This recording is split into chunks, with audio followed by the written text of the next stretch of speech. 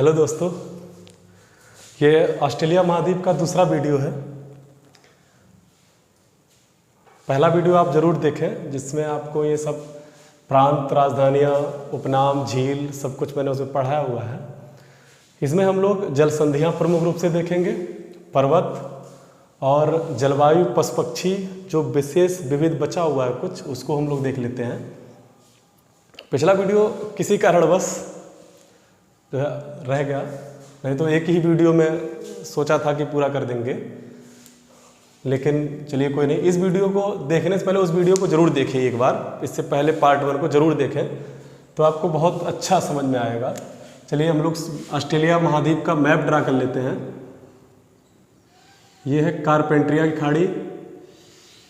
हमने पिछले वीडियो में सब कुछ बताया हुआ है, इसलिए इसको ज़रूर देख लीजिएगा एक बार। इसके बाद इसको केप यार्क प्रायद्वीप है और इसको नीचे ले आते हैं। यहाँ पे 2 खाड़ियाँ बना लीजिए, एक स्पेंसर की खाड़ी और ये है एनकाउंटर की खाड़ी। इसका बता देंगे क्या महत्व है। फिर ये ग्रेट ऑस्ट्रेलियन बाइट, इसको और फिर इसके ऊपर ऐसे ले जाते हुए थोड़ा कर्व के रूप में, एंगल में, ये सार्क की खाड़ी और इसको ऐसे करते हुए मिला देते हैं। ठीक है, ये बन गया ऑस्ट्रेलिया महाद्वीप।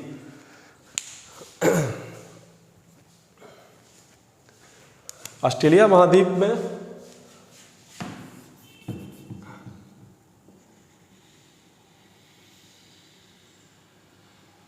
मैंने आपको बताया हुआ है कि 6 प्रांत हैं और एक द्वीपीय प्रदेश है तस्मानिया। 6 प्रांतों के विषय में मैंने आपको बताया और पर्वत, पठार, नदियाँ सब। पिछला वीडियो जरूर देख लीजिएगा दोस्तों। अगर इस वीडियो को आप देख रहे हैं तो इसके बाद आप चाहे देख लेने के बाद जरूर देख लीजिएगा पिछला वीडियो, जिससे आपको हर चीज़ समझ में आ जाएगी। सबसे पहले हम लोग वाटर बॉडी देख लेते हैं कहाँ से घिरा हुआ है। तो यहाँ पे है, ये है कारपेंट्रिया की खाड़ी, कारपेंट्रिया की खाड़ी। यहाँ पे है अराफुर सागर और यहाँ पे है तिमोर सागर। तिमोर सागर ये हमने आपको पिछले वीडियो में बताया हुआ है। और ये है हिंद महासागर, इसी का पार्ट है तिमोर सागर। ये ग्रेट ऑस्ट्रेलियन बाइट है और यहाँ पे स्थित है तस्मानिया, द्वीपीय प्रदेश है, ऑस्ट्रेलिया का अधिकार है इस पर। और तस्मानिया है तो यहाँ पे है तस्मान सागर, तस्मान सागर। ठीक, और यहाँ पे है कोरल सागर, कोरल सागर। और ये पूरा है प्रशांत महासागर का हिस्सा, तस्मान सागर भी और कोरल सागर। इतना मैंने आपको पिछले वीडियो में इससे और प्रांत इसके हमने बता दिए थे। कोरल सागर के विषय में जल्दी, कोरल सागर यहाँ नाम क्यों है कोरल सागर? यहाँ पे एक भित्ति पाई जाती है, ग्रेट बैरियर रीफ, जो 9000 किलोमीटर लंबी है। ग्रेट बैरियर रीफ ये कैसे बनी है? छिछले समुद्र में एक जीव पाया जाता है, प्रवाल या कोरल जिसको बोलते हैं इंग्लिश में। तो वो कैल्शियम के खोल में रहता है। जब वो मर जाता है तो उसके ऊपर दूसरा घर बना लेता है, फिर तीसरा, ऐसे करके ये प्रोसेस हमेशा चलती रहती है। तब ये ऊपर तक आ जाता है, समुद्र में नीचे से शुरू होता है और ऊपर तक समुद्र तल पर आ जाता है और एकदम से कड़क भूमि एकदम से हो जाती है और इस पर रहने लायक आराम से व्यक्ति रह सकता है, उस टाइप का भी हो जाता है। जैसे लक्षद्वीप, लक्षद्वीप कोरल द्वारा ही बना हुआ है। यह समुद्र के नीचे स्थित है पूरा का पूरा। इसमें घास और ये सब मछली उछली बहुत ज़्यादा घर है मछलियों के। यहाँ पे आप कभी वीडियो देखेंगे इसका कभी, या कभी जाने का मौका मिले तो ये पूरा का पूरा समुद्र में बगीचा कहलाता है। ये समुद्र का बगीचा कहलाता है, पूरा का पूरा एकदम से हरा भरा है। विशेष प्रकार की मछलियाँ हैं, सब कुछ यहाँ पे एकदम अलग ही दृश्य है। इस कोरल द्वीप, जो कोरल नदी, इसलिए इसका नाम भी यहाँ कोरल सागर है। इस यहाँ जो जल वाटर बॉडी है उसका नाम कोरल सागर दे दिया गया इसीलिए। ग्रेट बैरियर रीफ ये प्रवाल द्वारा निर्मित सबसे बड़ी, दुनिया में सबसे बड़ी जो उदाहरण है प्रवाल भित्ति का, ये सबसे बड़ा है ग्रेट बैरियर रीफ, अपने यहाँ लक्षद्वीप है। तो ठीक, आगे हम लोग इसकी जल संधियाँ पढ़ लेते हैं। जल संधियाँ तो तस्मान द्वीपीय प्रदेश और ऑस्ट्रेलिया देश के बीच में पड़ती है बॉस जल संधि। बॉस जल संधि, 2 जल संधियाँ सिर्फ याद रखनी है। यह है बॉस जल संधि तस्मानिया प्रदेश में और ऑस्ट्रेलिया देश के बीच में स्थित है। ऑस्ट्रेलिया का ईदगाह है तस्मानिया, लेकिन इन दो देशों इन दो प्रांतों के बीच में स्थित है बॉस जल संधि।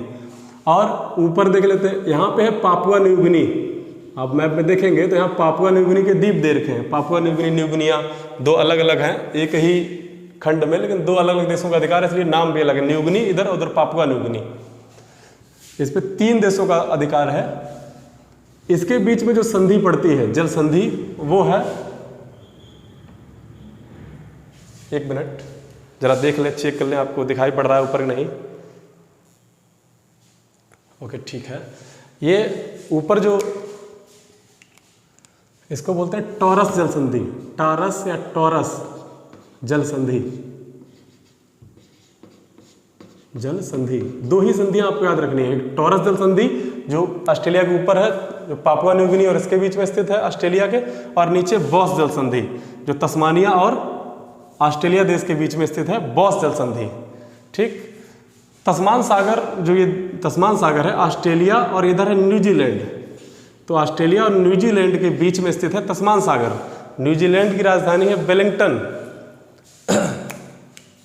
चलिए अब यहाँ का देख लेते हैं पर्वत। सबसे बड़ा जो पर्वत यहाँ है ऑस्ट्रेलिया में पाया जाता है, उसका नाम है ग्रेट डिवाइडिंग रेंज। जो सबसे बड़ा पर्वत पाया जाता है वो उसका नाम है ग्रेट डिवाइडिंग रेंज। इसमें और भी है कई पर्वत, जैसे माउंट ईसा है, माउंट ईसा, अर्नाहम लैंड,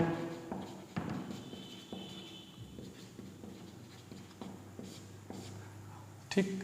ऐसे कई जो है, उनको ज़्यादा नहीं याद रखना है। सिर्फ सबसे बड़ा जो महाद्वीप का जो सबसे बड़ा, ऑस्ट्रेलिया महाद्वीप का सबसे बड़ा अगर पर्वत पूछा जाएगा तो आप बताएंगे ग्रेट डिवाइडिंग रेंज। और इसकी चोटी है, उसको बोलते हैं माउंट कोसियस्की, माउंट कोसियस्की, या कहीं कहीं कोसियस्कू भी लिखा है, कोसियस्की कुछ, माउंट कोसियस्कू या माउंट कोसियस्की। इसकी सबसे ऊंची चोटी है ग्रेट डिवाइडिंग रेंज की, जो ऑस्ट्रेलिया महाद्वीप की भी सबसे ऊंची चोटी है। अगर पूछा जाएगा ऑस्ट्रेलिया महाद्वीप की सबसे ऊंची चोटी तो वो है माउंट कोसियस्की। अगर ये पूछा जाए कि सबसे ऊंची चोटी ऑस्ट्रेलिया महाद्वीप की, तो उसको बोलेंगे माउंट कोसियस्की। ठीक। इसके बाद इसके कुछ नाम भी अलग अलग प्रांतों में अलग अलग, जैसे यहाँ पे क्वींसलैंड है, ये न्यू साउथ वेल्स है, और यहाँ पे विक्टोरिया है। ये मैंने पिछली वीडियो में आपको बताया हुआ है अवस्थिति और विस्तार में, तो आप उसको जरूर एक बार देख लीजिएगा। तो इसको न्यू साउथ वेल्स में ब्लू माउंटेन कहते हैं, ब्लू माउंटेन। अब पूछा जाए ब्लू माउंटेन कहाँ स्थित है, तो आप बता देंगे ऑस्ट्रेलिया महाद्वीप में। ठीक। पूछा गया है क्वेश्चन पीसीएस में इसका, ब्लू माउंटेन। अब है ये ग्रेट डिवाइडिंग रेंज की कई पहाड़ियाँ हैं, एक पहाड़ी तो होती नहीं है, कई पहाड़ियाँ होती हैं। तो इसका जैसे ये पहाड़ी है, यहाँ पे इसको ब्लू माउंटेन क्यों कहते हैं? यहाँ जो यूकेलिप्टस यहाँ प्रमुख रूप से पाया जाता है, यूकेलिप्टस की जो पत्तियों का पानी गिरता है इन चोटियों पर, इन पहाड़ियों पर जब, तो क्या होता है, वो नीले दिखाई पड़ते हैं दूर से, इसलिए इस पूरे पर्वत को ब्लू माउंटेन कहते हैं। इसी पर्वत को, ग्रेट डिवाइडिंग रेंज को ही न्यू साउथ वेल्स में न्यू इंग्लैंड रेंज भी कहते हैं, न्यू इंग्लैंड रेंज भी कहते हैं। तो इसके कई नाम हैं, कई प्रांतों में अलग अलग नाम हैं, लेकिन आपको याद रखना है ब्लू माउंटेन और न्यू इंग्लैंड ही, बस, इससे ज़्यादा नहीं। और ग्रेट डिवाइडिंग रेंज, जिसकी चोटी कौन सी है, माउंट कोसियस्कू या माउंट कोसियस्की, जो भी आप कहना चाहें, माउंट कोसियस्कू या माउंट कोसियस्की। ठीक। इसके बाद इसमें देख लेते हैं खाने, जो खान एवं खनिज भंडार के लिए मशहूर है। जैसे यूरेनियम में भंडारण की दृष्टि से ऑस्ट्रेलिया नंबर 1 पे है, लेकिन उत्पादन की दृष्टि से तीसरे नंबर पे है। इसकी जो प्रमुख खान है वो अर्नाहम लैंड में पड़ती है, जो यूरेनियम के लिए मशहूर है। अर्नाहम लैंड अगर आ जाए तो वो यूरेनियम के लिए मशहूर है, और ये बॉक्साइड, इन 2 चीज़ों के लिए मशहूर है अर्नाहम लैंड। माउंट ईसा ये पर्वत भी है, यहाँ पे चांदी के लिए मशहूर है। ये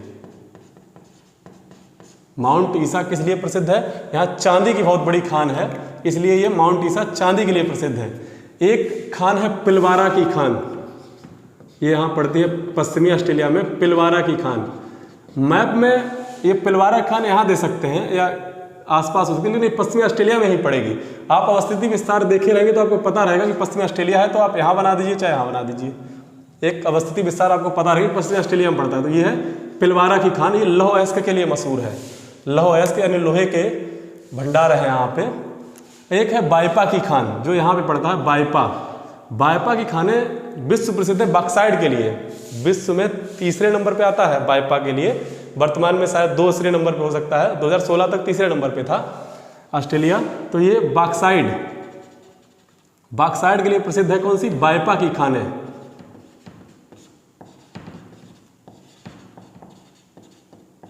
ठीक, एक बंदरगाह आप याद कर लीजिए सिडनी में, पर्ल हार्बर, अक्सर आप सुनते होंगे पर्ल हार्बर, ये सिडनी में पड़ता है, यानी ऑस्ट्रेलिया का है पर्ल हार्बर। ये बहुत ही मशहूर बंदरगाह है। इसके बाद यहाँ पे दो नदियाँ सिर्फ आपको पढ़नी है, नदियाँ तो कई हैं लेकिन सिर्फ 2 नदियाँ आपको पढ़नी हैं जो यहाँ से निकलती है, न्यू साउथ वेल्स से, ग्रेट डिवाइडिंग रेंज से ही नदी निकलती है। उसका नाम है मुर्रे डार्लिंग, ये मुर्रे नदी आती है और इसी की सहायक नदी है डार्लिंग। तो मुर्रे और डार्लिंग नदी यहाँ की सबसे बड़ी नदी जो है वो है मुर्रे डार्लिंग नदी। मुर्रे डार्लिंग नदी के जो आसपास जो घास के मैदान विकसित हुए हैं उनको बोलते हैं डाउन्स। तो अक्सर आपने प्रश्न देखा होगा कि ऑस्ट्रेलिया में घास के मैदानों को क्या कहते हैं, तो आपने आंसर दिया होगा डाउन्स। तो वो यहीं पे स्थित है, इस नदी के किनारे स्थित है। चूंकि 80% हिस्से पे मरुस्थल ही है, लेकिन यहाँ के बहुत बड़े हिस्से में जो मुर्रे डार्लिंग नदी है उसके जल संग्रहण क्षेत्र में घास के मैदान विकसित हुए हैं। यहाँ भेड़ पालन बहुत मशहूर है, मरीनो भेड़ यहाँ पाई जाती है, पश्मीना बकरी पाई जाती है, ये मशहूर है यहाँ की। तो यहाँ चरवाहे, जैसे अपने यहाँ चरवाहे, तो वैसे यहाँ जेकारू बोलते हैं उन चरवाहों को, जो अपने यहाँ चरवाहा बोलते हैं, वैसे ही उन चरवाहों को यहाँ पर जेकारू बोलते हैं। भेड़ों को ये लोग किराए पे चरवाने के लिए देते हैं, चराने के लिए, कई लोगों के पास हजारों हजार भेड़ है तो चरवाने के लिए अलग से दे देते हैं, तो उन चरवाहों को जेकारू यहाँ बोला जाता है। घास के मैदानों को यहाँ क्या बोला जाता है, डाउन्स। इसके बाद इस नदी के आसपास जो कृषि योग्य भूमि है, उपजाऊ भूमि जो उपजी है, ऑस्ट्रेलिया में 4 से 5% भूमि पर ही उपजाऊ भूमि है। तो जो 4 से 5% उपजाऊ भूमि है उसको बोलते हैं यहाँ रेवेरिना। रेवेरिना कहाँ विकसित हुई, मुर्रे डार्लिंग का क्षेत्र के आसपास जो कृषि का उर्वर भूमि है कृषि की, उसको बोलते हैं रेवेरिना। ठीक, ये जो नदी गिरती है ये गिरती है इनकाउंटर की खाड़ी में, इनकाउंटर की खाड़ी, और यही है पास स्थित स्पेंसर की खाड़ी। जहां ये नदी गिरती है वहां पे एक द्वीप निर्मित हुआ है, उसको बोलते हैं कंगारू द्वीप। कंगारू द्वीप, कंगारू द्वीप में कंगारुओं के लिए विशेष एक नेशनल पार्क बनाया गया है, विशेष संरक्षण केंद्र बनाया गया है कंगारू द्वीप पर, इसलिए ये याद रखना है आपको। इसके बाद आगे देख लेते हैं इसकी घास के मैदान। आपने देखा यही घास के मैदान और भी हैं, जैसे यहाँ पे है ग्रेट आर्टिजन बेसन। बाइपा की खाने ग्रेट आर्टिजन बेसन के अंतर्गत आ जाती हैं। तो ग्रेट आर्टिजन बेसन में, ग्रेट आर्टिजन बेसन ये भी घास का ही एक छोटा सा मैदान है, वहाँ घास के लिए चरवा यहाँ भी जाते हैं। तो यहाँ के लिए क्या विशेषता है, यहाँ पे कुएं पाए जाते हैं, पाताल तोड़ कुएं। विशेषता है उत्सुत कूप, जिनका नाम है उत्सुत कूप। तो किसकी विशेषता है ये, ग्रेट आर्टिजन बेसन में, यानी यहाँ पर पानी हमेशा रिसता रहता है, फव्वारे की तरह एकदम आता रहता है। इस पूरे कुओं में जो बहुत से कुएं विकसित हुए हैं यहाँ पर, उनसे हमेशा पानी ऊपर की तरफ आता रहता है। तो ये उत्सुत कूप जो यहाँ की विशेषता क्या है, ग्रेट आर्टिजन बेसन में पाए जाते हैं। ठीक, इसके बाद हम लोग देख लेते हैं यहाँ पर पर्थ से लेकर सिडनी तक, यहाँ पर्थ पड़ता है और यहाँ सिडनी है। यहाँ पे एक रेल मार्ग बनाया गया है, इसको ट्रांस कॉन्टिनेंटल रेल मार्ग कहते हैं। ठीक, ये सबसे लंबा रेल मार्ग है ऑस्ट्रेलिया महाद्वीप का, ट्रांस कॉन्टिनेंटल रेल मार्ग, जो पर्थ से लेकर सिडनी, और भी इसकी छोटी छोटी जोड़ी गई हैं। ये क्यों बनाया गया, क्योंकि इधर जनसंख्या कम है और जनसंख्या 80% इस हिस्से में पाई जाती है। तो यहाँ पे बंदरगाह भी सिडनी है। इन सभी का जो माल निर्यात होता है वो सब सिडनी तक पहुँच जाए, पूरे देश में पहुँच जाए, इसलिए ये पर्थ से लेकर सिडनी तक यह रेल मार्ग बनाया गया, जिसका क्या नाम है, ट्रांस कॉन्टिनेंटल रेल मार्ग। ये विश्व में शायद तीसरे या चौथे नंबर में विश्व में सबसे बड़े रेल मार्गों में आता है। इसके बाद यहाँ की जो सड़कें हैं, यहाँ की जो सड़कें हैं वो एक ही से जोड़ने का प्रयास किया गया। उस सड़क का नाम है राष्ट्रमंडल राजमार्ग, राष्ट्रमंडल राजमार्ग। यहाँ पे सड़कों का भी विकास हुआ है और एक सड़क से ही पूरी ऑस्ट्रेलिया को जोड़ने का प्रयास किया जा रहा है, क्योंकि इधर भंडार है कई खनिजों का, तो इनको इस तरफ 80% आबादी को मिले, इसलिए रोडों का विकास, सड़कों का विकास एक ही सड़क से सब जुड़ जाएं। तो उस जो सड़क मार्ग को कहते हैं राष्ट्रमंडल रेल मार्ग, और जो यहाँ ट्रेन मार्ग है, जो रेल मार्ग है, उसको बोलते हैं ट्रांसकॉन्टिनेंटल रेल मार्ग। इसके बाद इसमें देख लेते हैं, इसके पशु पक्षी कुछ विशेष यहाँ पाए जाते हैं, उनके विषय में देख लीजिए। एक है एमू पक्षी। यह शुतुरमुर्ग की तरह है, दौड़ता बहुत तेज लेकिन उड़ नहीं सकता। एक यहाँ एक प्लेटिपस, इसके विषय में जरूर जान लीजिए। प्लेटिपस एक पशु है, ये पशु और पक्षी दोनों की श्रेणी में आता है। प्लेटिपस यह अंडे देता है। अक्सर आपने सुना होगा कि कौन सा ऐसा जानवर जो अंडे देता है, तो वो प्लेटिपस है, जो ऑस्ट्रेलिया महाद्वीप में पाया जाता है। प्लेटिपस। कंगारू इसका राष्ट्रीय पक्षी है, तो राष्ट्रीय पशु है सॉरी, तो कंगारू के विषय में आप जानते होंगे, ठीक। और इसमें एक हंसने वाला, एक विचित्र हंसी वाला भी पक्षी पाया जाता है, कोकाबर्रा शायद नाम है उसका। इसके बाद यहाँ एक क्वेश्चन एक पूछा गया था अभी हाल ही में कि तूफान के विषय में। तो यहाँ के जो उष्ण चक्रवाती जो तूफान है उसको बोलते हैं बिली विली। अक्सर आता रहता है यहाँ, जैसे अमेरिका में हरिकेन तूफान को अक्सर उष्ण चक्रवाती, जब चक्रवात आता है तो उसका नाम हरिकेन बोलते हैं वो लोग। वैसे यहाँ पे जो चक्रवात, उष्ण कटिबंधीय चक्रवात है, उसको बोलते हैं विली विली।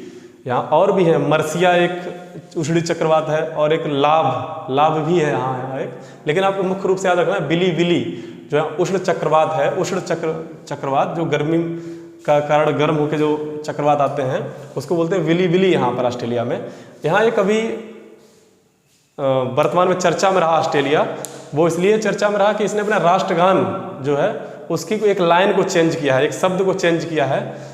वो चेंज इसलिए किया कि अपने मूल निवासी जो यहाँ पर कब्जा रहा, जब ब्रिटेन का, जब विदेशों का मतलब यूरोपीय देशों का जब यहाँ कब्जा रहा, तो उन्होंने क्या किया, यहाँ के जो माता पिता, जैसे बच्चों को अलग कर दिया और उनके माता पिताओं को अलग कर दिया, अलग अलग जगह पे उनको पढ़ाया अलग बच्चों को, और उनके माता पिता को अलग काम पे लगा दिया। तो वहाँ की संस्कृति ही पूरी अलग हो गई है, अब बिल्कुल संस्कृति ही यूरोपीय टाइप की हो गई है, लेकिन फिर भी मूल निवासी बचे हुए हैं। अब काफ़ी संख्या में उनकी बढ़ गई है, तो उनको सम्मान देने के लिए ऑस्ट्रेलिया सरकार ने अपने राष्ट्रगान में चेंज किया है, ठीक। इसको आप याद रखिएगा कि राष्ट्रगान में किसने चेंज किया है, तो ऑस्ट्रेलिया ने अभी चेंज किया है। और आपको प्रमुख इसमें, ठीक है, जब पूरा हो गया है वीडियो, अगर आपको कुछ लग रहा है कुछ रह गया है तो आप हमको कमेंट सेक्शन में जरूर बताइएगा। एक मिसलेनियस जब वीडियो बनेगा सभी महाद्वीपों पे, तो उसमें हम इसको जोड़ देंगे, ठीक है। आपको ये हमारा वीडियो कैसा लगा एक बार हमको कमेंट सेक्शन में ज़रूर बताइएगा। यह इसके 2 पार्ट हैं, आप दोनों पार्ट को ज़रूर देखिएगा और कमेंट सेक्शन में हमें ज़रूर बताइएगा कि आपको ये वीडियो कैसा लगा। धन्यवाद।